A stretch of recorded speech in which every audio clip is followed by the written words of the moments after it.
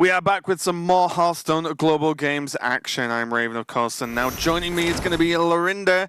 You've been holding down the fort while me and Sol have been away. How's the last 3 weeks been? Yeah, it's been really interesting, actually. Lots of these groups finally developed into a situation where we're at now, where we can start talking about who's going through to the exciting stage 2 and just getting on with things. Yeah, we've just been all right. We don't need you, really. Go home. Okay. Anyway. Thank you. We've got Finland versus Japan coming up for series number 2 of the day, and both these teams have a lot to fight for. We can check out the way the group looks. We see Finland there at 4th, Japan at the bottom, but Japan do have a small chance. If they beat Finland 3-0 and a few other things go their way, they are not completely out of it quite yet. Yeah, Israel are the team that everybody's watching in this group. Norway and Italy already through, and if Israel can win one of their last 2, they will be through as well. However, as you can see, Finland in a good position if they win today to pick up the pieces and overtake Israel. Finland in a very good spot if they do win that game, and then obviously they've just got to hope. Japan, like you say, need a massive win today. Yeah, it's going to be a big deal for both teams. As we said, Italy and Norway already through. Italy, a team that has impressed me greatly, actually, in the Hearthstone Global Games, just dominating their group when I genuinely just didn't see them doing that well. Not that I thought they would do bad, but you just look at the other teams. Japan, for example, on the other end of that table, I thought were going to be absolutely fantastic, but things haven't really gone their way. We can check out what their teams look like and what decks they've got bringing up soon. We've got Japan, Gundam Flame, B787, Tonsoku, and Aqua, all players that were just playing in the playoffs this past weekend, and mere 2 days ago. Yeah, you lost track of time, maybe. Look, when you pretty much just travel through time when you fly back to Europe from America, I do feel like I don't know what day it is today. But yeah, all these players just been playing in playoffs. Gundam Flame almost made it as well, but just fell a little bit short. Yeah, those guys all playing, as you say, this weekend and doing okay. That's the top 64 in APAC. Finland, Janetsky, Kufdun, Ursi and Wampi, all old timers, says Neil, as terms of Hearthstone goes at least.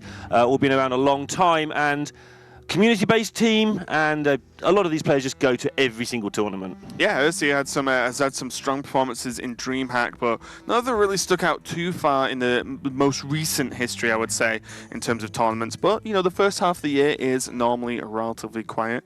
We see Finland there, shock horror, snow. Isn't too much of a surprise. All I really know from Finland is what Savitz tells me. And what does he tell you? That he's never in Finland because he always travels. He always goes to America for months. So look, I'm just saying. Whereas Japan looks absolutely incredible. I know Sol's been to Japan. I know a few people who've been as well, and I would absolutely love to go. It seems absolutely insane in the best of ways. Have you been to as many countries as Sottle? No. Because he just has to beat me at everything. It's not fair, is it? No. I haven't either. Janetsky won a little Open Cup the other day, $300 Open Cup. So as Open Cups go, that's pretty big. So Janetsky's on fire. Well, he's on form at least. I was talking to Kufdon in someone's chat yesterday. He says they don't fancy their chances because of the Israel situation, but they're going to go out on a big one, whatever happens here.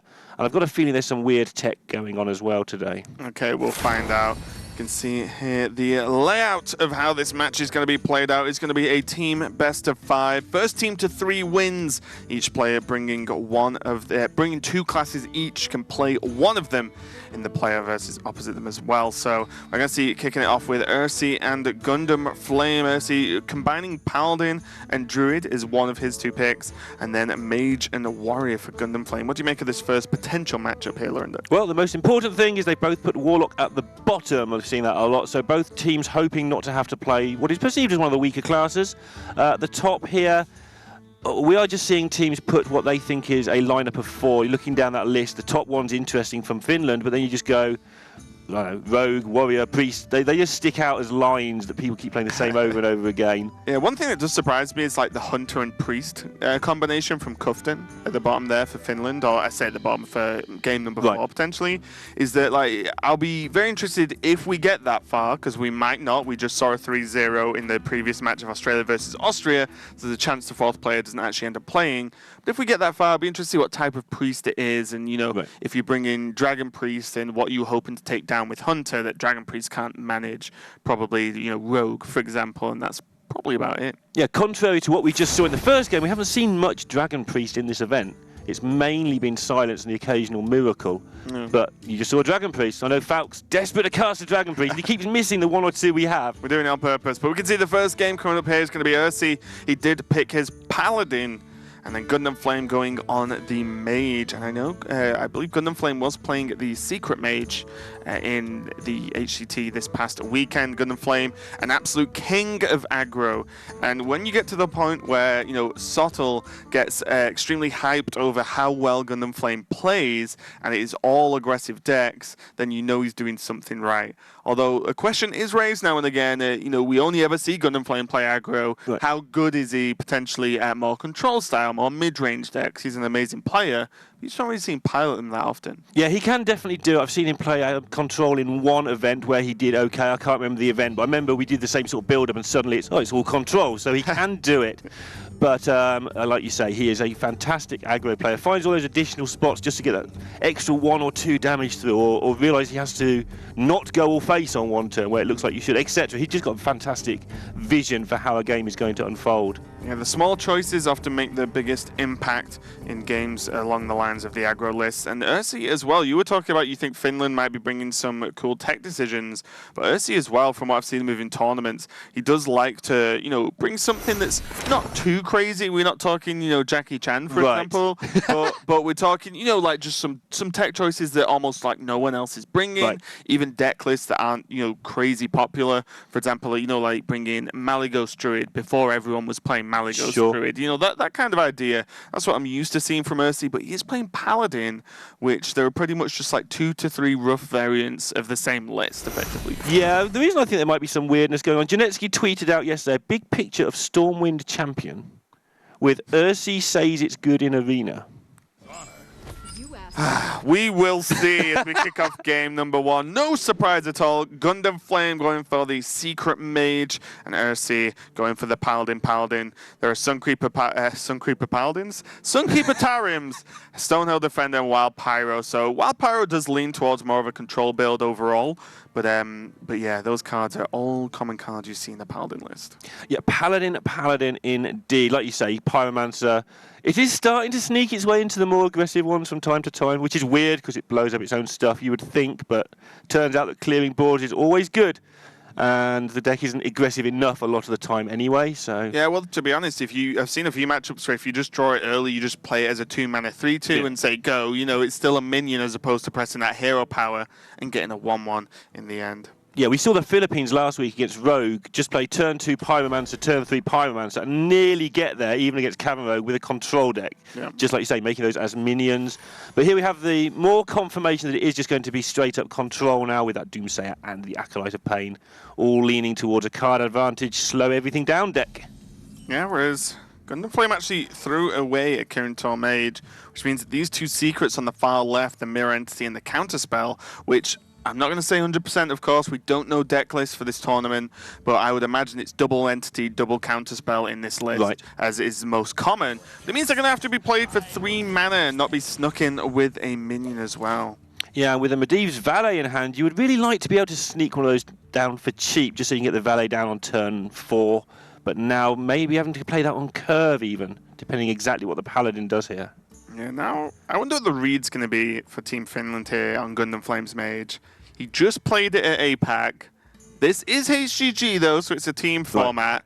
And Babbling Book isn't really a giveaway either. Babbling Book is played in Gunter Mage as well. They'll know it's not Freeze Mage. That's about as far as they're going to get here. Yeah, it's definitely not going to be Freeze Mage. You can't get an Ice Lance from the book anymore, so you can't even take that small chance. And they're just going to take their time. They've made the read that we're not going to get beaten down anytime soon. Just don't need to Doomsayer for another turn or 2. Yeah, seems reasonable to me. They also have the trick of Doomsayer into a Mirror Entity, potentially, which means that it's a guaranteed Doomsayer to actually go off and clear a board. How many Paladins do nothing on turns 1 and 2 on a regular basis? Talking of reads, I wonder if Gundam Flame here can get the idea that, you know what, I can wait. I don't need to hurry this along too badly. Yeah, I think he can. He could probably just go for Ping this turn. Arcane Intellect the turn after. There are a lot of matchups where you know from turn 1 what you were looking for from Primordial Glyph. For example, versus Aggro Druid, you want Blizzard, you want Volcanic Potion, you want any AoE that you can get because you know you will use it. Whereas against Paladin, you might need a Polymorph later on, you might need a Pyroblast, or a Meteor, for example. You don't really know what you're after. It's like Gundam Flame does know, and he's just going to take Fireball, isn't he? I've just got to because it's Gundam Flame, he's just so aggressive. It may work for Cabalis's Tome as well. That was another option there. You knew he was going to take. It's always Fireball. Maybe just shake his head like I told you. So just thinking, it might be a longer game. Cabalis's Tome could give him that late game, but like you say, the player sometimes dictates what happens, and Gundam Flame likes his face. Yeah, and to be fair, you look at Gundam Flame's hand, it doesn't scream aggro because it's not got all the burn, for example. It's just got Frostball and now the Fireball. But the secrets in themselves are aggressive because Mirror Entity, you gain a minion that you've not had to play. It sort of gains charge unless it's killed that turn. Counterspell stops your opponent reacting to you, especially Paladin. So all these things make you be able to be more aggressive. And the 2-mana Fireball is just good. Yeah, in general, you want to be able to play these secrets with a board, defend the board with those things. And obviously, no board happening here because of this pretty weird draw. He did, of course, throw away that Kirin Tor at the start, choosing to go for a more aggressive start. And that's part of the reason he's in this position now.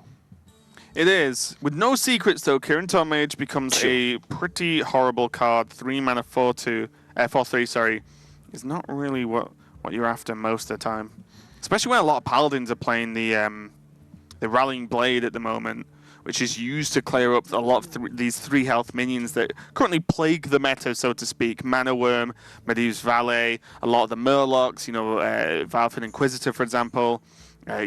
Most of the early Murlocs actually can be cleared up by their weapon, so Flame's just going to lock in this counter spell, and I do like this, actually, because he wants to get the Valet off, which means Counterspell is less likely to go off this early against Paladin than Mirror Entity is. Yeah, it makes a lot of sense. Obviously, you need something that sticks. That is why you sometimes see an Ice Block in these decks, or you see Valets and Ice Block decks, because there's always a secret on the board. And yeah, this is likely to stick. What spells they're going to have? I mean, you can see Forbidden Healing and Consecration. They're just not going to do anything this turn. Yeah, the only thing that could come out here is a Hydrologist into a secret. Right. But that's probably okay for both players. Like if the secret means Getaway Kodo when there are Stonehills on the board isn't something you want to bounce. So both players probably okay with that, but of course we did see that there's no spell going to be played. So the Valet is live. Every turn has been really awkward here for Japan. Like even this turn, having to ping off the 4th health on the Stonehill just because you've got to get rid of it. It's 2 mana. It's not wasted, but it's a nuisance. It's stuff you would rather have done something else with. Did line up the mana, though. This coin's still available as well to do something a little bit tricky later on. Arcane Intellect ping again is available. But now with the Acolyte, Gundam Flame will just have a big nod as to, okay, this is just control. Yep. I have to really think about what he wants to do. This Mirror Entity is going to be tricky. And it is control, but look at this hand. Like the Tarim twice. We've got Ragnaros. This is ready to get going if the Mage can't keep up with this board. I wonder if this is a Mirror Entity turn. It's one of the 2 possibles, right? The other one being turn 7. Yeah, I'm just thinking because you get it down in a position that your opponent won't want to Doomsayer it. We can see, we have a slight biased knowledge that Doomsayer's in the hand, but when Acolyte's on the board, you'd be like, well, he doesn't want to insta-kill the Acolyte without getting the full value. I try and go the other way with the Mirror. I try and get it down on, say, turn 7 into their turn where they've got Ragnaros, they've got Tyrion, and just but try and slow them down. They're not going to fall for it. Yeah, but the idea is they're not going to fall for it, but they'll play it on turn 9, not turn 8. Right, and you get an extra 1 turn to maybe launch stuff at the face because this is what you need to be doing at some point with this deck, and Gundam Flame just hasn't had that opportunity. Gundam Flame just prioritizing the kill on the Acolyte very highly just because, again, any control deck you do not want to continue drawing cards with. It's going to be Arcane Intellect now just to draw a couple more, and suddenly we're piecing together a lot of damage here. 2 Fireballs for a total of 6 mana. It's going to be dealing 12. The Violence Paul under the 5. That's 17 total without pings. Over the course of a couple of turns, though. Yeah, and look at the healing in Finland's hand here with the Forbidden Healing and the Ragnaros Light Lord. So Gundam Flame is not going to have to just do 30 damage. He's going to have to do more like 50 damage. And I mean, he's getting the equipment together to do so. It's not impossible, but it's really hard to do if you can't get that board. You need those minions to force some damage through as well. Yeah, no Mana Worm opening is a bit of a problem here for Gun and Flame, because the main issue here is you can make a big board with double Crystal Runner later on, but then it just gets cleared because Paladin is the king of just clearing boards. You know, equality into Conk, equality into Pyro, into then Doomsay if you really want to then buy an additional turn. The Sunkeeper Tarim, we can see 2 in hand as well. So there's a lot that can really negate a board presence from Gundam Flame, and it means that killing him with just spells is going to be very difficult indeed here. Yeah, and on face value, Crystal Runner seems like it plays like Thing from Below. They do very similar things, but Crystal Runner needs to come down a bit earlier than Thing from Below, because Thing from Below is usually there to protect your board, whereas Crystal Runner usually is your board and you protect it with your spells. Yeah. So quite often your Crystal Runner, if it's coming down on turn 7 or 8, has actually failed. Even if it's coming down for 2 or even 0 mana, it's usually you're too far behind to make it force through the damage, unless it's obviously in a close match, then a 5/5 is great. Yeah, the only time you can really make it work is if you like glyph into like a flame strike and then play the runners and stuff. But yeah, when you're behind like this, it's a huge problem. So obviously Gundam's eyes will be looking at this apprentice where he can get a whole bunch of spells cast in one turn. He'll be wanting to save that mirror, as we've said a few times, for probably turn 7 now. But that means he's got nothing to do this turn. So he does have 2 available though now, so he can go mirror this turn, mirror next turn. Yeah, and that's looks like it's what he's going to do. Means he can get the Crystal Runner down for cheap as well, and at least start trying to fight back on this board. Harrison, just a nod to how this meta is going. We're seeing Harrison in more and more decks right now. Way too many weapon classes about at the minute. Yeah, even just the fact that Gun to Mage is so popular, just trying to snipe that Atiesh from the opponent actually removes a ton of value. Now Kodo available, but not going to do much to this board. No minions at 2. Yeah, and this is, again, I've mentioned this nearly every week, I think, but this is why Hearthstone at the moment is very interesting. We're seeing a lot of the best players winning tournaments, because anyone can make a good play out of this hand. But if you're really good, you make really good plays out of this hand. There's so many different options. I remember when we used to cast this sort of game, you say, well, this is one option, this is the other, off you go. In these situations, there's a multitude of not just options for this turn, but planning ahead the future turns as well. Yeah, looks like Finland going to try and trade this board away. I wondered how good just playing the Protector would be. And just have the Divine Shields on there. To proc the counter spell with Forbidden Healing. Right, didn't use any mana to do so. So if it goes off, you don't mind it healing your Tarim, but you know it's probably counterspell and you've procced it for 0 mana. Always nice. Yeah, cleared the board. Still got Sunkeeper Tarim, or one of them, in hand as well, so I can then rebuff this board if it's not cleared and continue pressuring. I feel like Valet is the pickup that Japan needed here just to have any chance of fighting this board. They still haven't done a single point of damage, Raven. It's meant to be the deck that's doing the damage. Yeah, just what you get for not getting Mana Worm, not getting Apprentice, not getting Kirin Tor off early. You just can't do much. That's what you get for drawing badly. Yeah, that's just like... But that's what happens. Like this is, I actually just don't like this deck, to be honest. I would just play Gun to Mage every single time. But yeah, like this, you can whiff hard enough with this deck that you have a real problem, because a lot of the more mid-range control decks are very good at like the power turns from early to mid game, whereas this is just all in on early game. But now with Pyroblast. Yeah, I mean the damage is there to win the game. There's 32, I think it is, in hand, but how on earth are you going to get it through all this healing? Well, and obviously Japan you've just seen Forbidden Healing though. You've just seen it get burned. That's true. And most decks aren't playing double. Yeah, that's very all you've really got to think about are the odd extra bits of damage from True Silver and a Ragnaros. And with damaged minions on board, if you can assure at least one's damaged, you can say, well, you know what, that one turn Ragnaros might heal the minion, and then there's a potential 8 health opening. That's a really good point. Just set that up, and you've got the ping to be able to do that. So that's where Gundam Flame will be thinking already in terms of, if I get a decent minion from this Firelands, how can I make it do some damage? And that is definitely a way to get through the Ragnaros. Obviously, Ragnaros being 8/8 is a bit of a problem, because you have to actually remove it if you want to live on your board. But if you don't, if you want to go with all this burn, your option's a good one. Also as well, Mirror Entity is still a card that is live, so Gonna be trading that valet for a 3/5 Kodo. Huh. That's 7 damage it's not going face at the end of the day. Like, they know it can be fireball pinged, but the point is, if it is fireball pinged, that's a lot of damage saved. Yeah, so Ursi was probably pretty confident that was Mirror Entity, but what this play does is make it less likely that... So he could have played Doomsayer. Right. It would have been entities. The board's clear, as opposed to giving your opponent 3/5. But what this does is it means that it's harder for Gundam Flame to develop onto this board, because if you Doomsayer, the board would just be clear, but then Gundam can play. Yes. You know, whereas now it's like, oh, I have to clear the board and develop something whilst killing this Doomsayer. That's harder. So now we see actually Gundam Flame just go for 3 to face, let the Doomsayer go off, and get some Mirror Entity down. So in response to that play from Ursi, Gundam Flame said, well, I'm going to play Entity onto then an empty board again. How many more minions realistically do you have that are going to be good to give to me? And we saw Ursi just drew one of them, the Pyromancer. Right, I was just looking at that before the pickup and thinking, they're in a bit of trouble here with this second mirror. But as it would be, they pick up the Pyromancer and they have something to give away. But it has wasted or used up a lot of this turn.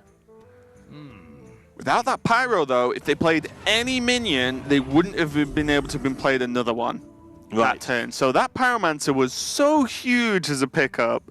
Pyros is a card that can help fight back. It's one of those cards that does go well in these long, grindy matches. Yeah, this Violence Ball is really nice, though. With Pyromancer down, it procs the shield, does the damage to the 6/6 that you need from the Violence Ball. Then you just ping off the Pyromancer. You end the turn with a 3/1 Pyro and a... oh, sorry, you can trade into the Pyro, so you'll end the turn with the minion from the Violence Ball, sorry. Still good, though. See what he ends up with. Not the best. Can't get any 1-drops out. If only that fetched 2 Mana Worms. Nah, that would be pretty good. In this game, when minions are summoned from effects, they do not normally do their battle cries, because that would just be insane. It would be rather silly, wouldn't it? Yeah, they're put into play. Of course, with this, Japan not getting the Mana Worms early, at some point they're going to pick them up now. And there you go. There you go. As if by magic. Scripted. Shoe on head. But yeah, now these Mana Worms are nowhere near as good as they would have been early in the game. They're going to be so easily dealt with. Say that. That's still potential threats, though. Mana Worm is one of the few 1-drops that can sometimes be enough of a threat even late game, because this turn, it could be Mana Worm, ping, Fireball, trade in the 1/1. And yes, the power's not there this turn. Mana Worm will just be, what, you know, a 2/3? Yeah. But next turn it could be a 4/3. You know, and at least it has the 3, so Consecration doesn't quite get through it. And with no Pyromancer in hand, of course, that means it could survive a little bit. So maybe I was understating how it was going to be here. Yeah, I think the current is more dead than the Mana Worm. Yeah. Also, bear in mind, Pyros in Gundam Flame's deck, we can see it on the board now, is going to be renewable value. If it does die, it becomes a 6-mana 6/6. Then Death rattles into a 10-mana 10/10. So Gundam Flame's Pyros is going to get some hella value in this game. The only problem with the Pyros is, of course, that Ursi can see it coming, so he can hold on to this Peacekeeper until the 6/6 or the 10/10, depending how his hand goes. Well, that's it, though. If he's forced to do it on the 6/6 and the 6/6 dies, well, you need another one for the 10/10 at that point. And this board there you go, there's the other one. Wow. This board is actually becoming a nuisance as well. Gundam Flame has managed to create a board that's going to do some damage, and Finland are going to have to pick it off bit by bit with all these 3 and 4 health minions. The Consecration's not so great. Let me think. Yeah, it's tough, isn't it? Doesn't want to play the Harrison in case there's a Medivh. Like, Secret Mage doesn't usually play Medivh, but it is definitely a card that now turns up from time to time in some of the builds. He'll definitely not want to part with that. Tarim's no good. He doesn't want to give away the Ragnaros so early if he can help it, and he doesn't want to get rid of his Peacekeepers. He's actually in a bit of a spot here. And he is going to go with the Harris and say, okay, if there's a Medivh in your deck, no museum. Yeah, I think this just gets the most minions on the board, and then next turn, even if any of the minions are alive, there's time to come down to open up additional trades as well. So I think this is best of a bad situation here for Ursi and Team Finland. Now Gundam Flame just has Yogg-Saron. Everybody likes to see Yogg-Saron, I'm sure. I love it now, yeah. So what's going to happen here now is Japan are going to try and win this game fair and square, and they could well do. They're starting to build up a board. And if it all goes wrong, they're going to just put Yogg down and see what happens. I'm just wondering if Gundam Flame ever considers Pyro this turn. What, straight to face? Oh, aye. You can do 16 damage this turn. You have a 2-mana Fireball and a Yogg. Sometimes interesting. you get there. Sometimes you do just get there. You taught me that a long time ago. And your opponent only has 4 cards. 2 of them have been in hand quite a long time, I think. But you're right, he's going to go for at least that far. Gundam Flame knows when to turn on the heat, and Pyroblast is a card that can definitely do that. He's just setting up 2-turn lethal, and here's a tip for any Hearthstone player, is if you can set up a lethal in the following turn and you are not directly just dead in response, you win more games than you lose by doing that. So Gundam Flame is going to set up this Fireball kill. We can see Ragnaros is available, so that's going to heal him back up to 14. But then there's still Fireball, which puts them back down to 8. And there's still a Yogg. And I think the Yogg was probably the clinching factor of this one. He knows he's going to lose his board with this play, and had he not got the Yogg, he may have messed around for one more turn, trying to look after his board a bit longer. But he knows that if first of all, he can just win. His opponent may have no healing. And secondly, Yogg can just win. This is awkward, though. The Harrison gets damaged and doesn't die. Yeah, so he probably won't trade in with the Harrison at all, just use his face. But then the heal's worth 3 less, right? Yeah. So, because you can then hit with the minions the following turn anyway. So we see the dodge there with the Harrison. Just going face and setting up lethal for Finland as well. So setting up his own 2-turn lethal, just like you said a minute ago, both ways. Interesting decision here. When do you play your Crystal Runner? If you play it before, your Yogg is protected, but you might blow up your own Crystal Runner. If you play it after and everything's good, you just dominate the board with it. I think you always play it after, right? I think I agree. Astral Communion isn't in the rotation anymore, which is the one card that just YOLO discards everything. Sure. You're even going to go Hot Coin. It's going to be Yogg. Gundam Flame needs something to happen here. Not attacking first. That means that things like Savage Roar can win him the game as well in some circumstances. Yeah, the 3 damage doesn't do anything, right? If he goes for 3 damage... Oh, Flame Strike. Not bad. Oh, well, that sucks. Oh, Gundam Flame cannot believe it. The Blast Crystal on his own Yogg Saron. He did not pray enough. He just smiled to himself. Ragnaros, plus the swing from the weapon, is going to finish this game. Finland take the first game versus Japan with the Paladin. And what's scary is Gundam Flame did not have the best of openings at all with that deck and still almost made it. The Ragnaros had to get the heal off. The Forbidden Healing was burnt with Counterspell. So yeah, almost got there. Yeah, it looked like he could never get the board early on. The deck doesn't play that many minions and still managed to set up a board that was doing enough recursive damage to cause an issue. Yeah, same up for lethal, but it wasn't to be. Ursi takes the win for Finland. It's going to be 1-0 now, and Japan are going to have to start winning some games. As we see what's going to be coming up next, it's going to be Janetsky on the Mage versus Tonsoku on the Hunter. So I get to see some Hunter, which is pretty good. And if this is Gunter Mage versus almost any Hunter, I feel like this matchup's looking pretty good for Japan. If it's Gunter Mage versus Hunter, I'm just going to let you solo cast it. That's fine. They're your two specialties at the special moment. decks at the moment, indeed. Yeah. Interesting to see if they can get this off, though. Hunter, not a class we see often. It's usually when it is picked out, it's for a specific purpose. Yeah, and looking at the way these pairings go, the Rogue is a very tough pick here for Janetsky if he was going to go for it. If the Hunter's aggressive, a lot of the time they can get there before the Rogue quest goes off. And also, if the Rogue is, or if Tonsaku's Rogue is Quest, then it could be a Mirror. And if it's Miracle Rogue, then you know what? You can just make a big Van Cleef and win versus Quest Rogue as well. So definitely felt like Mage he had to go to there just to be as safe as possible.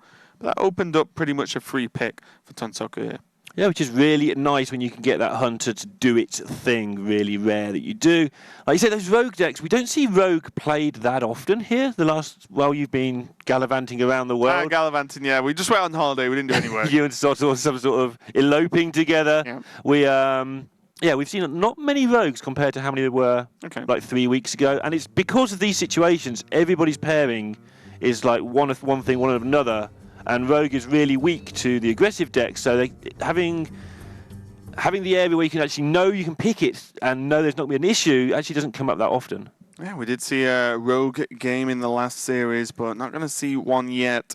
But we are going to see Hunter, and again, this is Japan playing Hunter, coming off the back of the Asia Pacific playoffs, where Kranich actually qualified to the Spring Championships with a Hunter list that had some secrets in it. It was an aggressive list in general, included Leroy, and it had Flare in it as well. So I'm not saying they're going to be running Flare, but just saying that these Hunter decks, there seems to be a niche in them, as that's actually the second player that qualified for the Spring Championships with Hunter in their lineup. And this was a Hunter deck with secrets, but not a secret Hunter. There was no like Enchantress or anything like that. Or Huntress is just... yeah, no, there was Huntress. There was Huntress. There was Huntress and 4 secrets. It was 1 explosive, 1 snake, and 2 cat trick as well. So just a nod to the meta. We saw actually the snake trap being key in a matchup Kranich played versus the Pirate Warrior, which just gave him the extra tokens to then win out with the trades going forward. But that's enough about Kranich for now. We'll get to him later on.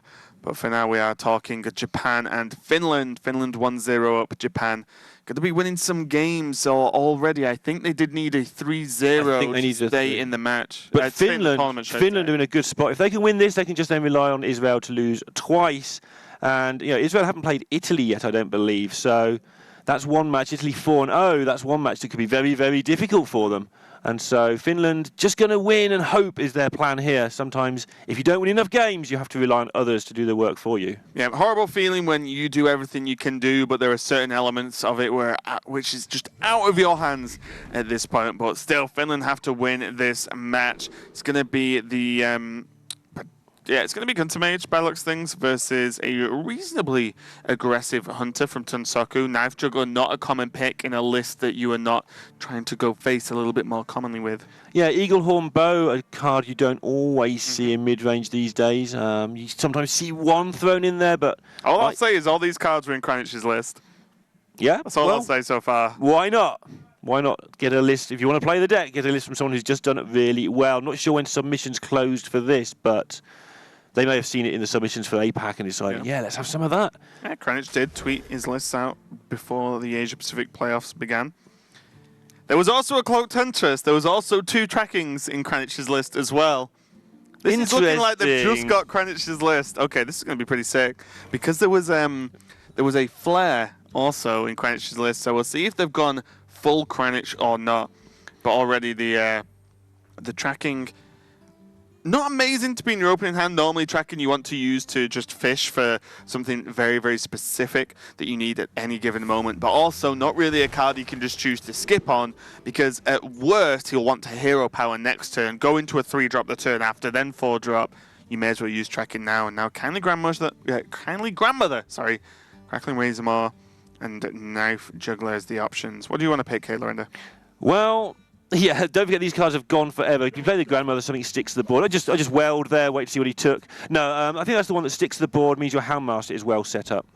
Yep. Something to note as well, again, I'm going to keep talking about Kranich's list just because this is the first person I've seen play Secret Hunter that isn't Kranich in the past few months. So Kranich just only ran 1 Juggler. Okay. So then not picking the Juggler, I think, is the right decision if you think this is Gunter Mage. And even just, we saw there wasn't that many minions from Gundam Flames Mage if it was Secret anyway. But yeah, much less value from the Juggler in this specific matchup. I'm just excited to see this Flare, to be honest. If it happens, I'm not saying it's there. We do not know deck lists, but, you got to give Japan the dues. If they're looking at good Hunter lists, Kranich just qualified on one. Now, Janetsky. Yeah, it's the same issue you were talking about last game with the glyph, and the same issue you're talking about this game with the tracking. These cards where you discover, I know tracking is not discover, but it's near as damn it. Discover a card from your deck. Yeah, discard the other Throw 2. others. Yeah, sure. It's near enough. It's near enough. You want to do them as late as possible in the real world where you've got more information to base it on, but you don't want to waste mana like we saw tracking on turn 1 there. We may just see another glyph on turn 2. But I imagine we'll see the Valet. Yeah, if we do see glyph, imagine you do have a lot of options. To be fair, there's all the defensive options of additional secrets, Ice Barrier, Ice Block. You've got all the AoE options as well, which are just going to be good versus Hunter. You kind of know what Hunter's going to do regardless of the build. Excuse me. Go for second Valet though, just try and get hold of that board. Yeah, they decided that turn 3 they can play a secret, turn 4 they can play 2 2-drops, and the main question was, is one of those 2-drops going to be the Valet, or is it going to be too late?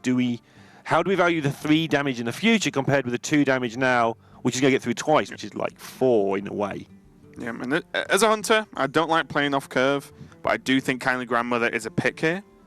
Because the odds on something surviving for Houndmaster next turn is very high. Right. Once you play Grandmother, there would need to be exactly Volcanic Potion into trade, and then, sure, there could be Glyph into Arcane Explosion, but there needs to be Volcanic Potion into like double trades, and that would also clear the board completely. So it would remove the board pressure that Genexy's developed with these valets. So still kind of a win for the hunter. Yeah, very much so. You would have to worry about your turn 5, which now currently, without any more draws, you've got 2 more picks before turn 5, will be a bit of a mess, but the deck is probably very light, so they're likely to have things to fill in on turn 5 anyway. Yep. And worst case, you press the magic button or play a second Houndmaster. If it is the list that Crouch is playing, it goes Houndmasters, Leroy. Right, that's so you're going to be sorted by turn 5 anyway then. Also as well, just bear in mind that Hunter's pretty okay with playing a 3-drop plus hero power turn 5. Regardless, like any turn you go, oh no, I don't know. Oh wait, 2 damage. Magic okay. button.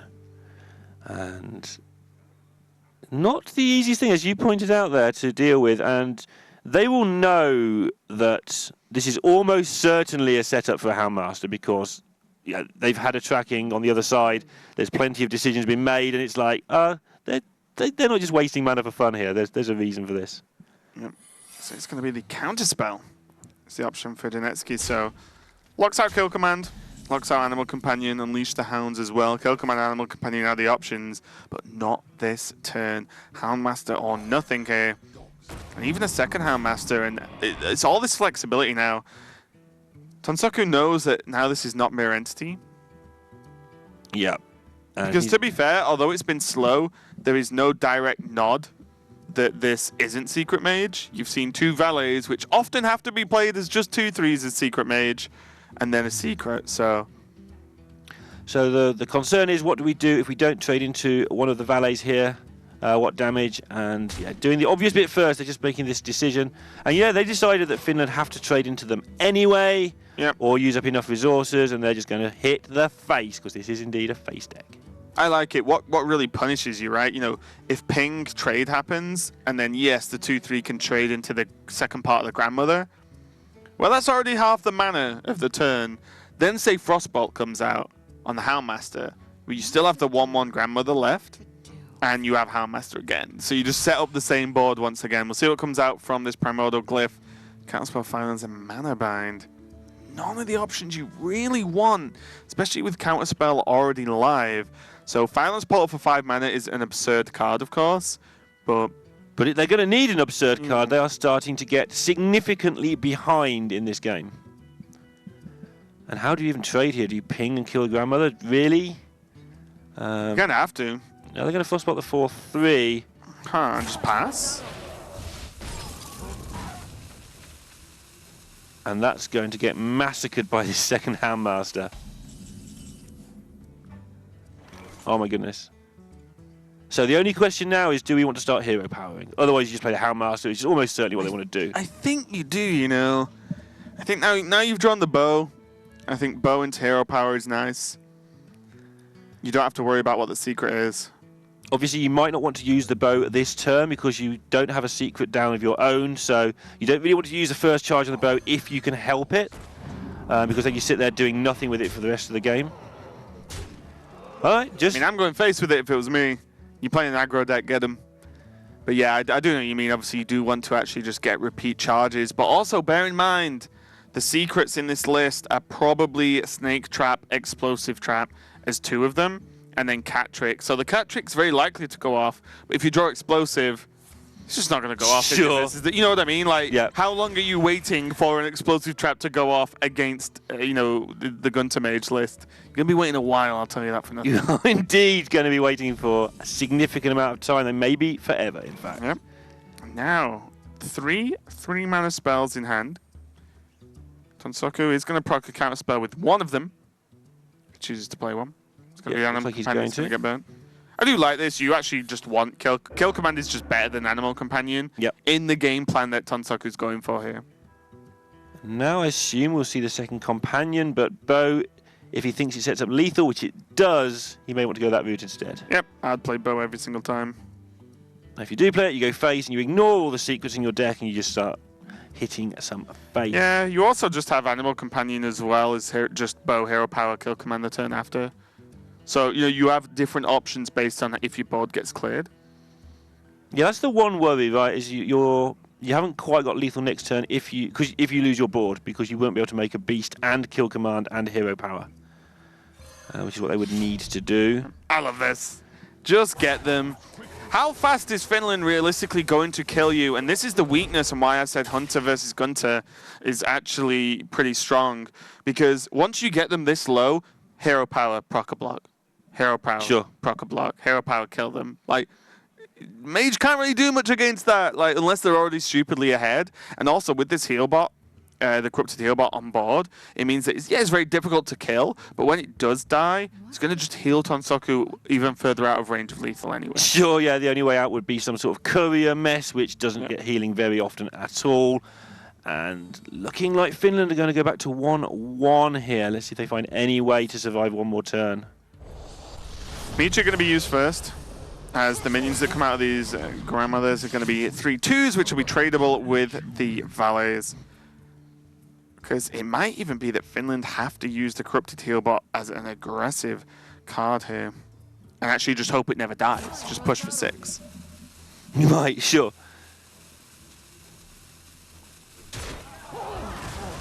Right. Now, Hoffa does it. Oh, there's a flare as well. So now they can just take their time anyway. They won't want to take their time, but now it's there is 8 damage down, but you are feeling relatively safe. I think you just roll the Animal Companion. Yeah, and then do you kill command face most of the time here? Just because you haven't got a beast in your hand? Yes, you do now. You've got flare, you set up next turn lethal. Yep. Yeah, if it was anything but Huffer. And if it was Huffer, you had, And you want to do had it anyway, before the next counterspell hits the board as well, just in case. Or before a counterspell hits the board, just in case. Sometimes there's 1 these days. Yeah, he's already seen 1, right? No, I guess, yeah, there's not usually 2. I mean, 2 in Gunter Mage is a stretch. Yeah, you see 1 sometimes, you don't see 2. Kill command just sets up lethal here. There would have to be counterspell played first into ice block.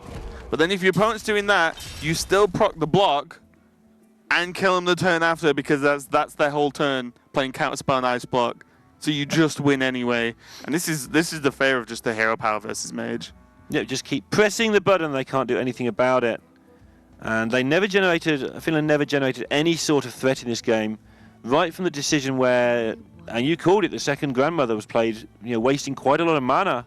They wasted 2 mana because turn 5 did end up just being a 4-drop pass. It cost them 4 mana to play that grandmother, but it was the right thing to do because both Hellmasters got massive value. Yeah, and this is just kind of funny, no Huntress secret combos. Nothing too crazy. Double Valet to actually battle with the early minions on board from Hunter. And it just wasn't going to be enough. Tonsoku there chuckling to himself. He's like, a secret. Interesting. Say hello to my little friend Flare. And the Firefly, I mean, this just overall just confirms this is Kranich list. Greetings, Traveler. Gonna be game. Flare hero power, game over. But even as I said, even if there wasn't Flare, hero power procs the block regardless. The Hunter's on 28 health. Japan even it up versus Finland 1-1 off the back of Kranich's Secret Hunter. Yeah, it's nice to see. I mean, I know obviously it's Kranich's deck for a totally different format, but in this format you can target a deck like that. So you can target the Mage, you can play the Flare, and if you run it up or you line it up into the Mage, we're going Hunter every day of the week. Yeah, even the absolute worst case scenario in an aggressive list, it's just a card that cycles itself. It's not good, of course, but it's not completely terrible. I think it's actually just better than Eater of Secrets because one, you can it's not 4 mana for a start, but also it's just okay. 2 mana, draw a card.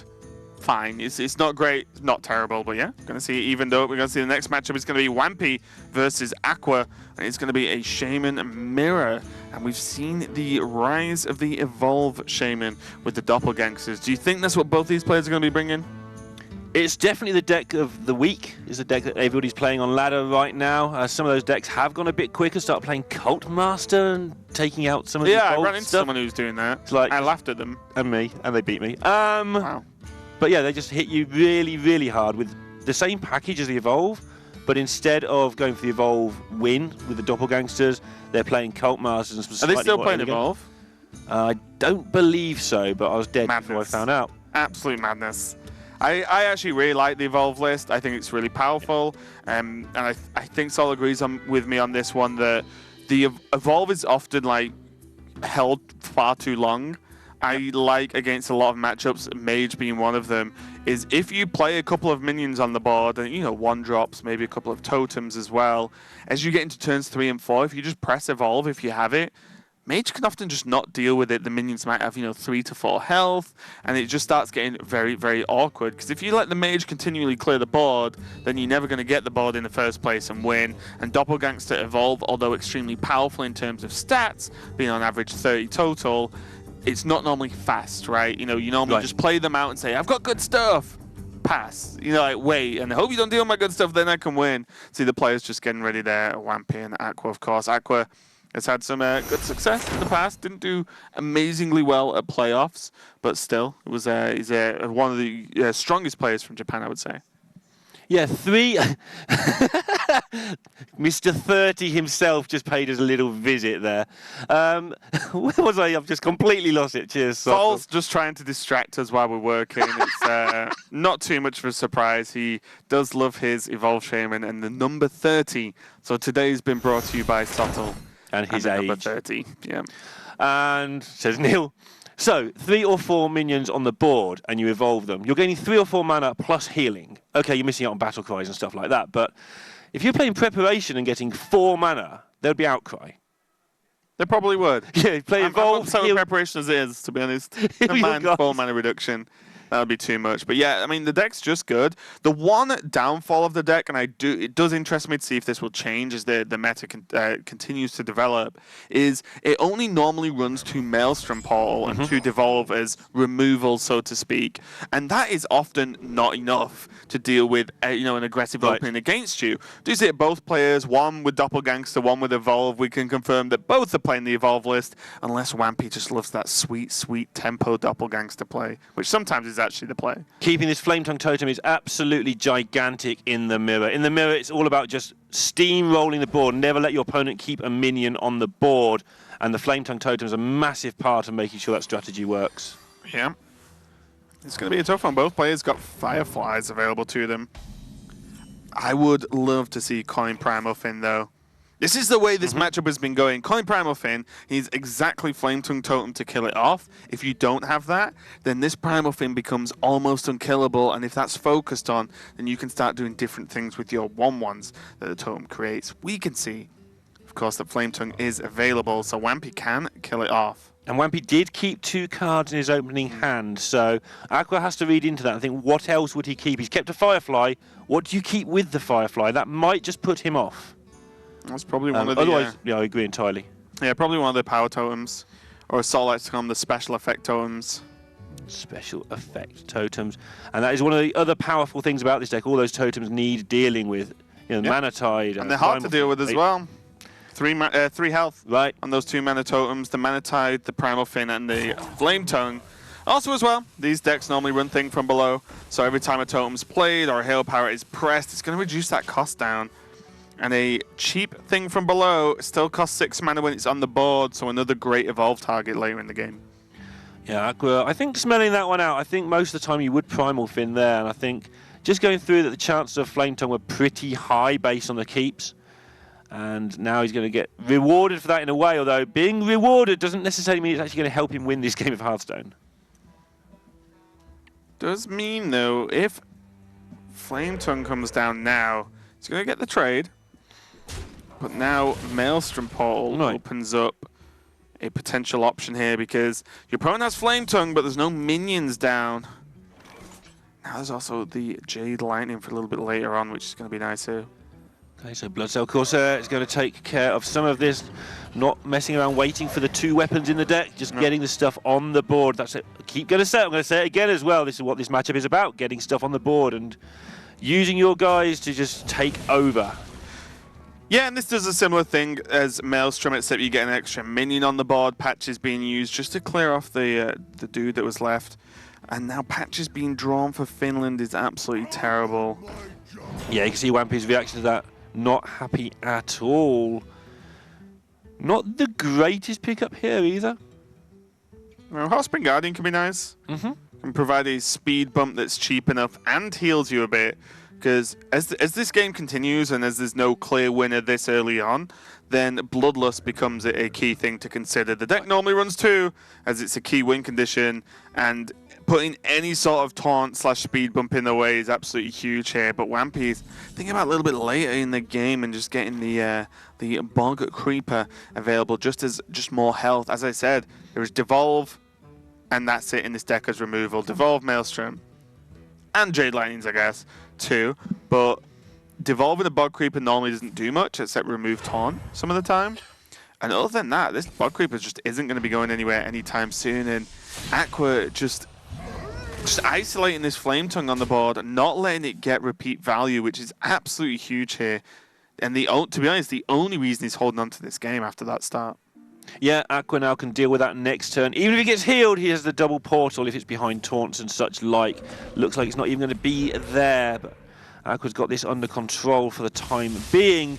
This is one of the few times, though, it looks like the game's going to go backwards and forwards because neither player's been able to get the board for more than half a turn. Yeah, and I think Double Maelstrom might well be the play here, to be completely honest, or at least one of them.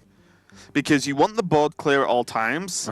Double Maelstrom actually plays him 2 minions and gets the board. Maelstrom plus Primal Flame gets him 3 minions, and but leaves the spell damage totem on the board. But still, this is pretty nice. Allows him to develop one of those special effect totems, and again, just keeps the board as low as possible on his opponent's side. So Wampy's playing for the slightly longer game with that Bog Creeper pickup. And he has to consider now, when am I going to use this Devolve? It looks like an awful time, and it probably is. But there aren't many other times he'll get to use it, but he wants to develop more stuff, so he's going with the Jade Lightning. Yeah, one of the tricks later in the game as well is if you're edging for a Bloodlust win, you use Devolve to try and devolve away taunt minions and hope it's enough. Aqua picking up the Mana Tide. It's actually pretty huge here. Yeah. Other than that, just Devolve and Maelstrom, Bloodlust didn't really cut it. Yeah, the Mana Tide is going to fit nicely on curve. I guess what Aqua wants to do, as he's a little bit low on resources, just consider whether to use his hero power at any point. But Mana Tide Totem fixes the problem in a better way. Yeah, and you can clear the board. The problem is if you hold Maelstrom, the longer you hold that card, the less powerful it's going to be. Right. Because it just doesn't do much late game, especially after Evolves come down as well. So you may as well just use it now, grab the board, and suddenly now the Bloodlust draw from Team Finland is not great whatsoever. And what's Yeah. Evolve going to look like? Wisps and a Valet. Evolve, Bloodlust, Patches, all sitting cards with Involve you needing the board. For 4, then Evolve Patches into a 2-drop. Wow, they've solved the meta. Yeah. Some sweet burst damage there. And really, this is Aqua's now, but he hasn't got much going on either. He has 2 of those same cards. Well, he has Devolve instead of Evolve, but there's 2 of those situational cards. And another awkward turn. To be fair, though, Aqua's probably okay with just hero power, kill the totem, carry on with his life. Yeah. This keeps the board, which is important. He has Bloodlust. In case you didn't realize, Bloodlust gives +3 to all minions on the board. +3 attack, that is. Yeah. And with 7, that's 21 damage just from 1 card if there's 7 minions on the board. Wow. Never mind the attack they can already do. Is that how 7/3s works? Yep. Okay. That's 21, apparently. And that is, of course, nearly the game if you can just fill up the board with those minions. And that's what this deck is designed to do for those reasons. That's why you play double Bloodlust, even though in nearly every Shaman deck ever, you only play 1 or 0. Hey, there are some lists that you actually double Bloodlust to win. Get that sweet +6. Ouch. What's 6 7s? Oh, it's a lot. It's more than 30. Lethal, That's all we what it need. is. It's definitely lethal.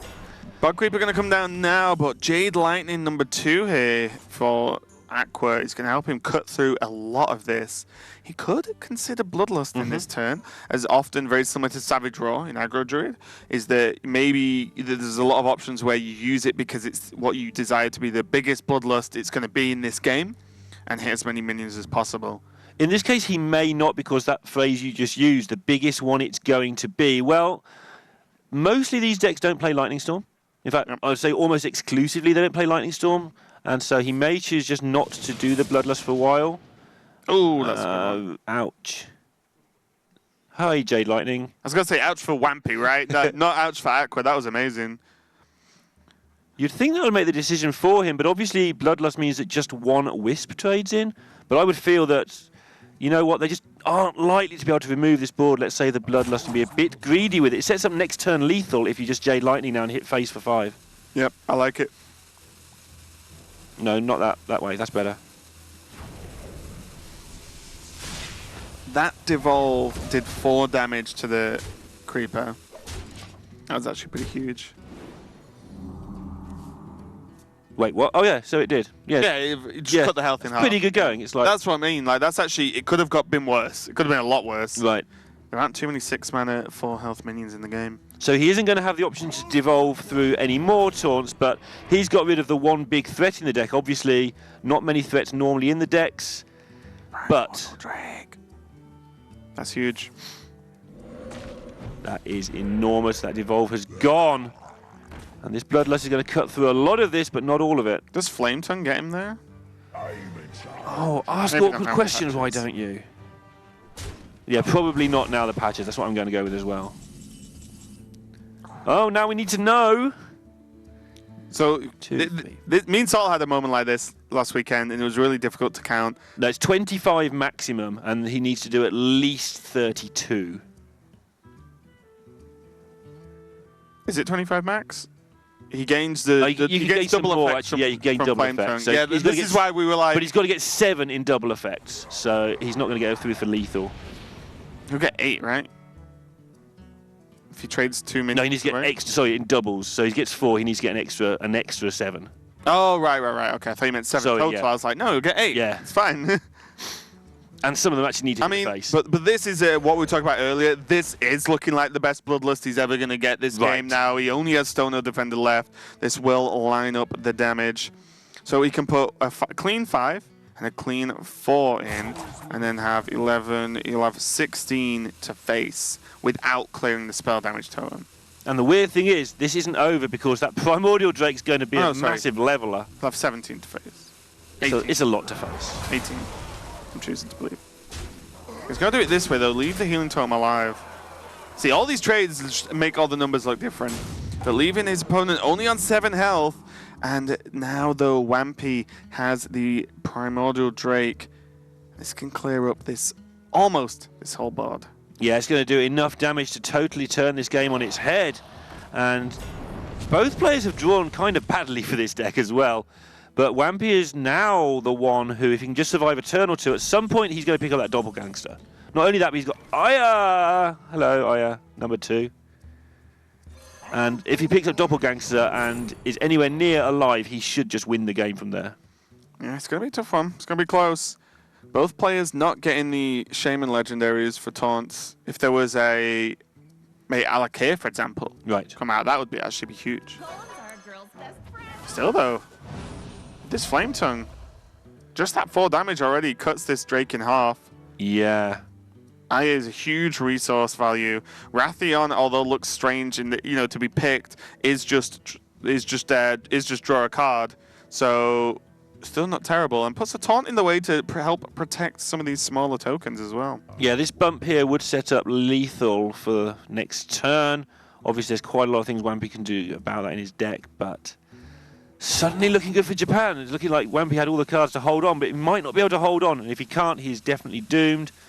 Of course, he does have Evolve as a panic button with Aya plus another minion. Evolving stuff into taunts might work. Sometimes you're going to cross your fingers and hope. Jade Claws. That at very least acts as another minion to evolve. Well, he can kill off the Flame Tongue, which is very important. It is, but he still needs to put a taunt in the way. I guess he's got a 4-1. That's fine. He has 4-1, yeah.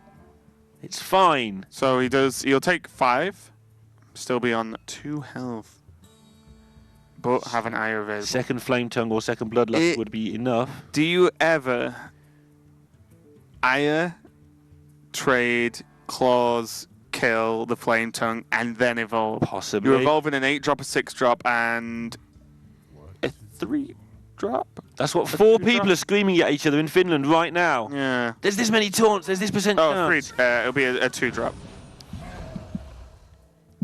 All different numbers, so not going to be stats they know off the top of their heads so easily. And I think you just not going to go do for this. I think this is the right play. Got the heal tome to push the Drake outside of Maelstrom range, but we've already seen 2 Maelstroms from Akra anyway. So any damage, that's not damage. Can still draw something though. Second Flame Tongue from Rathion. Don't see any reason not to go for it. And the game is changing if they don't get it. Gonna be Primal Fin. That's relevant as well because every point of damage is going to be gigantic. Yeah, can now be Primal Fin, Firefly, Flame Elemental. They also need to play around dying themselves. They should be okay. But they've now got to do their sums every single turn around the opposing. Yeah, I think as well, you can put the 3-3 into the 4-2. You can value trade Aya. Yeah. So then there's only a 3-3 Aya and the weapon to go against a 4-5 taunt. Your own Aya, which will create a 4-4 then, and then you have 3-1 attack minions on the board as well. Being very careful with all the positioning here. Still keeping the Aya on the left-hand side. I was going to say, or you can just go face and say you have to clear this board of all of this. And you're overloaded, so second Bloodlust wouldn't do it as well. Yeah. One play that's possible here is you just Bloodlust, you hit everything in the face, and then you evolve and try and get some charge minions. I don't think it's going to work. There's a taunt in the way. There's a taunt in the way. 30. I mean, the number 30 should be banned from this cast. Yeah. There can be... Yeah, Rathion taunting in the way is just a nuisance. There can be just trades going down, and then you can... Is there many value trades? You go for max value trades, then evolve, because you can even use Bloodlust if you want. You can evolve, then play the thing from below to try and get maximum taunts on the board. Well, if they do, they have to do it fairly soon in case they do want to do evolve stuff. But yeah, they're going to do this play. They're just going to clear up as much as possible, I think. And then evolve. Wampy needs to press some buttons.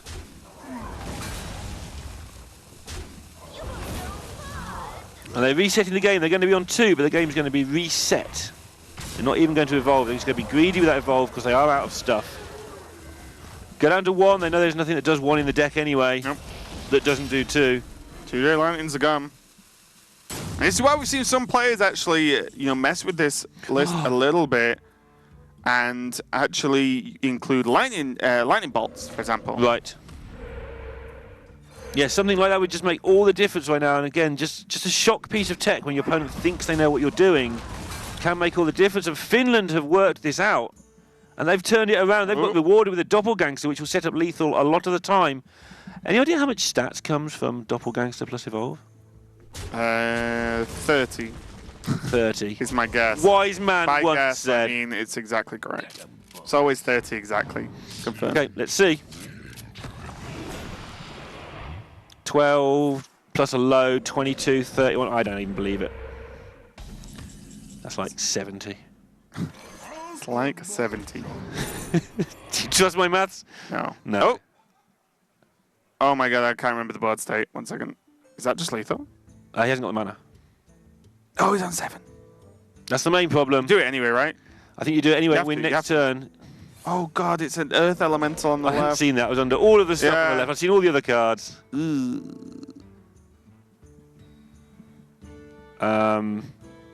Ouch. Genzo. Your favourite card. It's going to be really good, Lorinda. He's going to draw 3 cards. Oh no, he can draw 2. He can draw 2. Is it lethal? He puts... Oh, why can't I add? What's 17 and 12? It's 29. It's 29, yeah. Have they used patches? Yes, they have used patches, right? They can't kill anything off anyway. Nope. But Genzo can draw them all cards. So there's another Jade Claws, right? Right. And another Bloodlust. So Genzo can attack first and draw 2 cards. Yeah, if he's going to attack with Genzo at all, he may choose not to, think he can't lose if he doesn't. So even though Genzo can draw them the win now, he's not going to attack with it because then he can't lose the game. Sure. Seems reasonable. This is one of the issues as well with just with these lists and the way Evolved Shaman actually works, we were talking about just 2 Devolves, just 2 Maelstroms, just 2 Jade Lightnings. There's nothing in the deck that will go face from hand in terms of spells. Can be discovered because the top minions, as you see, Alakir, it's going to be White Eyes as well as options. Like, they're just minions. You can only do so much. And really, this Earth Elemental is keeping Finland in this game, and they're going to take it 2-1 so far. Wampy looking extremely happy with the brush up on the old shirt there. But yeah, how close? He's been confident going down to 1 health. But that Earth Elemental was evolved into from a 4-drop, which was the Jade, I believe. If that was any other card that wasn't a taunt, that game was over. Absolutely nuts. Lots of decisions made there, especially the turn where they made sure they traded everything apart from 2 minions. The Flame Tongue was picked up, and they knew that wouldn't get through. They knew that Bloodlust wouldn't get through, for lethal at least. They'd get rid of the minions, and they worked that out really well. Very early on, identifying their route to victory was, let's not die. We've got the late game stuff with Evolve. That will happen. Eventually, we will draw Doppelgangster. It took its time, but it turned up in the end. Yeah, very tricky matchup, and now Finland on their match point. Kufton is going to pick his Priest going into B787's Druid. Potentially the last game if Finland get the win. If not, we'll be going to an ace match between Ursi and Gundam Flame. And they'll be able to lock in one of the decks they haven't played yet. So it'll be good to see that one. But first off, Kufton versus B787, Priest versus Druid. Do you have any inklings as to what these decks are going to be? I say we've seen a lot of Silence Priest in this tournament. I think Silence Priest has been going well on ladder, but it is also emerging for me as a bit of a specialist deck. I feel that there are Silence Priest players out there. Zuka's one, and Sanudachi's another. Stan Sivka. Stan Sivka's another. I wasn't listening to which Stan you were talking about earlier. Yeah, Stan Sivka actually climbed to legend in one of the fastest runs made. With it was something like a 76-77% win rate, which is ludicrously high, especially when it's Silence Priest. But if there was ever a player that was going to do good with a deck like that, it was Stan Sivka. Yes. Very strange deck to play, very intricate, very heavy on judging timings of when you actually commit to the board, which is something that Stan Sivka is very, very good at indeed. But Kufton and B7 will be playing with it all on the line here. Finland really, really need this win to have a chance to stick through and get top 3 in this group to move on to stage 2 of Hearthstone at Global Games. Yeah, if they do win this, then it's all down to whether Israel can win one of their last 2 matches. But at least one of those matches is going to be against Italy, I believe. Yeah, it's Italy Israel have to play. And Italy are 4-0. So Finland will definitely have an okay chance of getting through. Not one you want. You want to sit there and go, please lose to somebody else. It's not where you want to be. Sometimes you got to, though. But sometimes you got to get it done however you can. It looks like it's going to be the Aggro Druid versus the Dragon Priest, probably. I say Dragon Priest. It's got a dragon in it, but Primal Drake's just a good card. Sure. Tar Creeper suggests it's going to be a slower Priest, but then there might be a Tar Creeper in the Druid too, so you can never really rely on anything these days. There you go. Hungry Crab. I'm going to get too much value in this game. Yeah, it's still a 1-2 for 1, right? This is why Hungry Crab is much better tech quite often than the Crawler. Like 1-2 for 1 in a lot of the way Druids function. Obviously, you throw it away here, but it's not too bad if you get stuck with it. I do like the mulligan. I think there's an easy trap to fall into to say, well, at worst, it's a 1-drop. I can play something turn 1. Right. You have way better 1-drops. Yeah. You have Firefly. You have Enchanted Raven. Like these are 1-drops that make a huge impact in the game, whereas Hungry Crab is only a 1-2. Yeah, you don't want to keep it, but if you're stuck with it, it's not a disaster, basically, is where I was going with that. All right, Druid of the Claw. We've seen that more and more over the last 2 or 3 weeks in this deck, just providing an extra little bit of damage. I don't think anyone quite knows, even now in Aggro Druid, quite what to do with those extra 2 or 3 late-game cards that aren't living mana. I know Firebat knows. He was coaching me the other day, and we were playing Druid, and he was like, yeah, you should put Druid of the Claw in. I was like, oh, really? Like, what do you think of it as a card? Is it better than Hydra or whatever? He was like, Druid of the Claw's really good. I was like, well, you're Firebat, I'll trust you. And then we played something like 12 games, and I lost 1, which I threw, and we won the rest. Did Firebat go to the bathroom for that game? No, I actually just threw. Okay. Like by being an idiot, which is quite common, believe it or not. So yeah, Druid of the Claw, I actually come very quickly to respect as a card in this deck because the flexibility of it is its strength. Tar Creeper, why is it in the deck? It protects you smaller minions. Well, Druid of the Claw does that if in taunt mode, right? It's a 4/6 taunt, great card. Then, when you don't need it for that, you can just turn it into a 4/4 charge minion, which is absolutely incredible as well. Very aggressive card you can use in this aggro Druid, but we are going to see the taunt mode go, mainly because you're playing against Priest. You had to say it, didn't you? But yeah, 4/6 against Priest is one of the best shapes you can get. I guess this card was good enough for us in Druid for 3 years. Why not? It's just put it in. It's the Azure Drake of Druid cards. It's just a great card. It's just solid. Azure Drake of Druid card. But it makes a lot of sense. Like I say, we've had it for 3 years and everything. Not an easy looking turn coming up now, though, with no buffs in hand and wanting to get living mana down at some point. This is just really messy for Japan. Yeah. It's a tough one. Do you think we are going to see... I think B7 has to go in with this Druid. Because if he attacks in, the Tar Creeper can be healed, but that severely limits Finland's plays next turn. And then even if it's healed, it can be traded again and then hero powered down the turn after. Yeah, and it will only be a 1/7. You need to get through this guy, yeah. And you might draw a buff, which means the Druid lives. Druid of the Claw lives. A vast matey.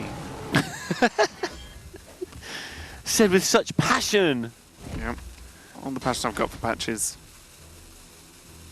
Such a sad thing to see. Patches might be filled with passion. Could Patches the passionate pirate. Sounds like your first novel. And your last. I've actually started writing a book quite a while ago, Lauren. Is it good? I think it's good. I'm not sure about anyone else. Let us know when you release your magnificent octopus to the world. I will do. I'll be interested to read. I'll also let you know about the book. The plus health on the Tar Creeper is just creating a gigantic wall that B787 has to try and get through.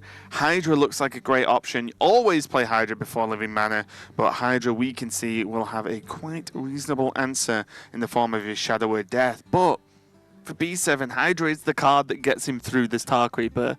So I think he just has to play this turn. Right, and there's nothing in the deck really for him to draw the Shadow Word Death out with the game goes on. It's like sometimes I'll sit on my Hydra and I'll play it later after he's killed my High Main. No, there just isn't anything. The Shadow Word Death's either there or it's not right now, and it's not getting any better for you. Cufton just smiling there. It's like, yeah, good card. I've got one that deals with this good card. Yeah, and it costs fewer mana, which means they're going to get a tempo advantage out of it. And this Tar Creeper is just sitting here chilling. Yeah, with Mulch not a card anymore in Standard, even though, you know, would aggro Druid even play Mulch? Probably not. But you've just got nothing to worry about building up a single minion. Right. It's the playstyle you do of Silence Priest against Druid. You just make one giant minion as fast as possible because they cannot kill it unless they, you know, innovate out tons of minions and Savage Roar into it, for example. Yeah, I guess if you were going to play Mulch, you'd be playing it as a win, like to kill their big thing, in which case, why aren't people playing Naturalize? That's the answer to that one. Yeah. If you feel that there's enough big taunts out there you're not winning because of it, you could just start taking in Naturalize immediately. Let's do it. Ask Firebat. You do it, let me know how it goes. Sure. I don't want to mess up my win rate. Nothing doing here at all for B787. He can trade away these low health minions and then play Living Mana. But the problem, Living Mana and having Innovate in hand is a great combination. Yes. But B7 suffering from just not having buffs this game. Imagine how different this game would look if there was a Mark of Yashraj or a Mark of the Lotus. Yeah, it would be insane. Yep. But yeah, it's just not going to be enough. And the fact that he trades this in just gives the heal more value. And also, the Tar Creeper just doesn't die. So yeah, if you're wondering why he didn't put in the Druid of the Claw earlier to try and get some damage, he was expecting his deck to behave better.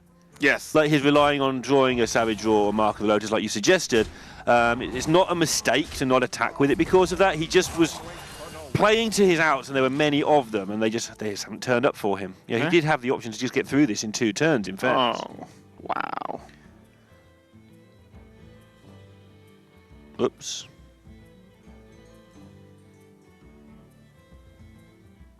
Again, the same philosophy there as with the Hydra. Like it's only going to get worse for us the longer we wait. So let's just get on with it. But it's not turned out too well for them. Yeah, I'm just thinking if Finland actually want to play Dragonfire this turn, I don't think they need to, but it was definitely consideration because, say, they're not going to, right? They're going to use some mana. Say they kill off, this Druid of the Claw. Your opponent's on 1 mana. They have a draw. Then suddenly, what if they have double mark? Then these minions don't die to the Tar Creeper. They can trade off the whole board, gain mana back, and then, you can Dragonfire, but then your opponent's still got a lot of mana. It's very difficult and a very fringe scenario, but it's something that could happen. But instead, Finland and Kufton are like, we're just going to make an immortal Tar Creeper. All these minions that will trade in minus the Druid of the Claw all die, even if they get buffed once. This is what we say about when you start taking in too many big things, when you start making your deck too big in your aggro deck. It's like playing 1 or 2 5-drops, but there's been 2 Bitter Tides, 2 Living Manas, presumably, at least 1 Druid of the Claw, and surprise, surprise, you don't draw as many 1 and 2 drops when there's fewer of them in your deck. I'm not saying that's the only reason, by the way, just they have chosen to play a lot of 5-drops in this deck. Just imagine this game without that Tar Creeper. Yeah, there wouldn't be a game without and all of these buffs. It would have been over a long time ago.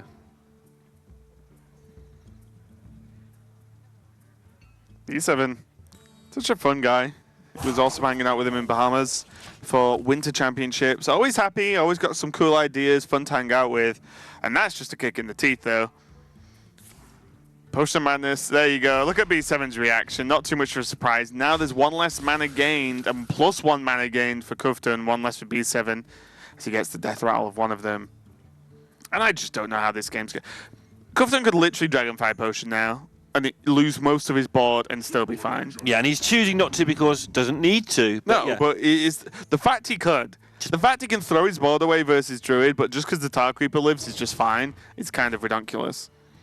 Yeah, it's really difficult for anything to ever come of this for Japan. Like I say really difficult, I think it's impossible, but hey, I'm an optimist. Well, it's just, again, if you just forget about all the other minions, how does this Tar Creeper die this game? Never mind it. Your Tar Creeper could chip B7 down through fatigue at this point and just poke him for 1 every game, every turn, sorry, and still make it. Something a little bit of Tide Hydra. With Innovating to Mark of Yasharaj, at least a draw and a 10-10. There is no second Shadow of Death available yet as well, so still, there's a guy that can get through a Hydra. It can, but it's so late, this card. Mainly awful if you don't get it down off Oh, he's just going to pull a second Death, right? Sure. Okay. This will do, though. Well, let's take the mana. He'll be on 10 next turn anyway, but remove the mana. Yeah, removes the opponent's mana on top of everything else that goes with this play. Yeah. And he's just going to do a ton of damage here. He can kill this Hydra, but he may as well get all the extra damage from it he can. He will want to kill it as well. Oh. Yeah, there is a lot on the line here. If you're wondering why he's taking so long, why isn't he just sort of pressing buttons because he's got this one. A lot on the line here for Finland. There's a decent chance they'll qualify for the next stage after this. Not a great chance, but this team game, you don't want to be the guy who presses the wrong button and messes it up. Well, also as well, when you're ahead, make sure you stay ahead and win the game, right? It's all good and well playing great early and being in a great position. You don't close it out. Who cares how well you played early on? This is actually lethal. Is it lethal? Yeah, they found it. Oh, he can hit them. They found a way That's to do what they were damage. waiting for. They were like, Hydra with a lot of health. There's going to be Hydra lethal on B787 and lethal on Team Japan, as I believe that effectively knocks them out of the tournament. Yeah. And now Finland in with a fighting chance off the back of Kufton's last game there, going 3-1. In a bit of a funky series overall, some cool games coming out there, especially that last one with lethal from the Hydra. I actually didn't even look at that, but hey, when the Priest is that ahead on board, I think Kufton could have done almost anything that game and still managed to take the win there. Yeah, and I think the fact that they took so long of that, I'm not sure if they saw it themselves until it was developing. They just knew they could do a lot of damage, and then somebody suddenly realised, hang on, we've got the lethal here. Out of Japan's hand for some time, though, that game. Yeah, I'm happy though. We did see Tonsoku win with the Kranich Hunter, so he did get a win there for Japan in that game. But Finland going to take it 3-1 overall. Ursi on the Paladin, Wampi on the Shaman, and Kufton on the Priest. But also just harken back to that Shaman matchup. Aqua put Wampy to 1 when Aqua's on like 28, 29 health or something. It was like maybe even full health. Yeah. It was actually nuts, but just the list being so set in stone, I would say, is that there was just, well, there just isn't much burst from hand. There was Jade Lightnings, and that's it. But yeah, it's a pretty cool series overall. We can check in with Kuftan now, as I believe he is here and ready for us. Congratulations on the win there, Kuftan. It was a bit of a crazy last game as the immortal Tar Creeper did all the work in the world. How confident were you going in with the Priest versus the Druid matchup there?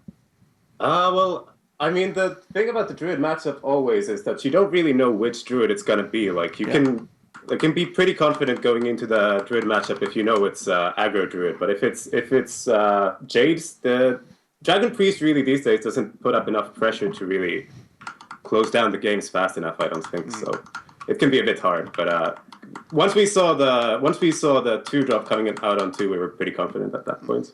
Nice work. Tell us about the Stormwind Champion meme on Twitter from Janetsky. Well, we've been trying really hard to, we've been taking all the prep super seriously, but, this time going into it, we were, because, we can make it through still if the games line up properly, but, we were just, trying to have some fun with it, at some point we were considering alternatives to, the Doppelgangster Evolve in Shaman. And Edisi shouts out Stormwind Champion at one point, that we keep going back to Stormwind Champion as a card we want to put in all the decks over and over again. Right. And, I kept shouting about Glacial Shard all the time. We wanted to put Glacial Shard in all the decks. I mean, Glacial Shard is a good card. Stormwind Champion, a little bit different. I mean, I think my first deck I ever played was a token Paladin with Stormwind Champion. So, it can do some stuff. Yes. Buffing up on ones is pretty good. Yeah, Stormwind Champion at the start of the game when no one knows how to play and there's not as many cards out seems good, yeah. But maybe at the moment, it would have been great to see it though, don't get me wrong. Did you actually end up putting them, I guess you could talk about it now, but did you end up putting them in any of the decks today? The Stormwind Champion didn't quite make it. We were 99% sure we weren't going to play Warlock, so I did say we could put it in Warlock, but it's just, it seems like a dumb thing to do. Especially since we still have a chance to make it through. We don't really want to commit fully to the meme, right? Yeah. Did you feel okay in that Shaman match? When did you feel you were going to win that? You had the Evolve in hand for a very long time. I mean, it was only once we drew the Doppelgangster that we felt good about it, and we got the taunt as well. Without the taunt, it was still pretty difficult. But that was a crazy game as well. Yeah, that was nuts, especially because you got the Earth Elemental, and there was Alakir in hand for Aqua. Oh, it was Alakir. Yeah, we were talking about it, and we didn't want to attack with the Genzo. With the Genzo, so we wouldn't give them outs. But the Evolve with Alakir was something we could have had. Yeah, it was huge. The taunt really helping you out in that one. But yeah, congratulations again. You still have a chance in qualifying, so I wish you and the guys best of luck on that, and we'll see how the matches play out. We'll speak to you soon, Kuftan. Yeah, thanks. Fingers crossed. Happy Kuftan. Not surprised. No, don't blame him at all. Very realistic chance of getting through. Like I say, Israel will have a lot to say about that. They've got the match tomorrow with Chile, and then they've got Italy next week to find out the fate of everybody in this group. Yeah, like I said, it's still got a chance, and chances is everything for these teams making it through to that top 3 cut to go through to stage 2 where everything effectively resets and they can start again is absolutely huge. And we just see the shape of these games. Gundam Flame, even with a slow opening against a control healing heavy-ish Paladin, still almost got there. You effectively set up lethal, but with the Ragnaros heal and everything getting cleaned up, it just wasn't quite enough. This was a great game for me though. Just seeing this Hunter get some work done. Even ended with a flare on the ice block to finish him off with a hero power. Flare on ice block. You see Janetsky's response. They'd already lost this game. This game did not go their way from start to finish. And Janetsky's like, you know what? It might as well be flare. Why wouldn't it be flare? Greetings, traveler. Hero power, get him. So good. Tonsoko there just having some fun with that, giggling to himself. Why not? It's not every day. Or at least it's been a long time since Flair got some work done in Hunter. You look so happy whenever you talk about Hunter doing mean it's a great things. Deck. It's a very honest deck. You know what it's going to do every game? Get you. It's going to get you. Yeah, this was a cool game, though. And we see how, to be honest, how close it was. Aqua got him to 1 whilst he was on 30. First, Wampy got the Primordial Drake from the Discover, and that cleared up most of the board and put a big wall in the way. Then got Earth Elemental from the Evolve to stop the Alakir going through for lethal there for Aqua, so absolutely huge game. And remember, he gave up early on a lot of tempo to take that bog keep in the first place that helped stodge up the board on turn 7. Yeah, and then this game was just the story of that Tar Creeper and the lack of Hydras being able to get through anything and the lethal damage going through. So it was Finland that took the match versus Japan 3-1. So it's awesome for those guys. They're still in with a running, as you see there, 2-3, very even 12-12. But when you look at Italy showing 4-0 at 12-5. You see the difference in placements of these teams in this group. And that result does eliminate Chile, who had a very tiny chance before. It was almost 0 anyway going into today, but that is them actually out of the competition now. Yeah, the final nail in the coffin for Chile, but they've still got a game or two to play out, or one game to play out, should I say. And yeah, that's going to be it for the match 2 of today. We've got Romania versus Thailand coming up next, guys, for the Hearthstone Global Games, so don't go anywhere.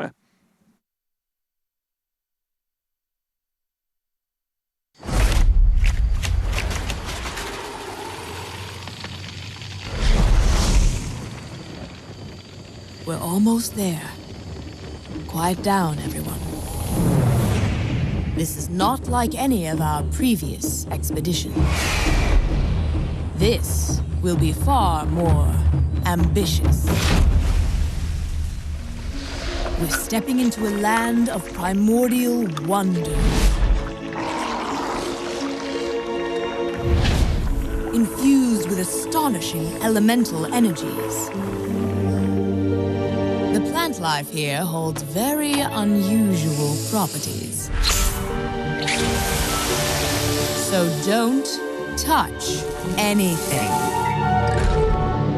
And while you may be excited to see the local fauna, you might want to make sure they don't see you.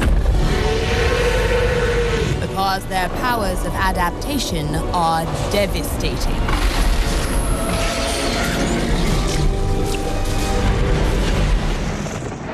Make no mistake, we will be tested at every turn.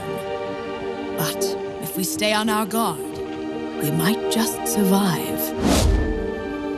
Now then, are you ready? Then let's journey into Ongoro Crater.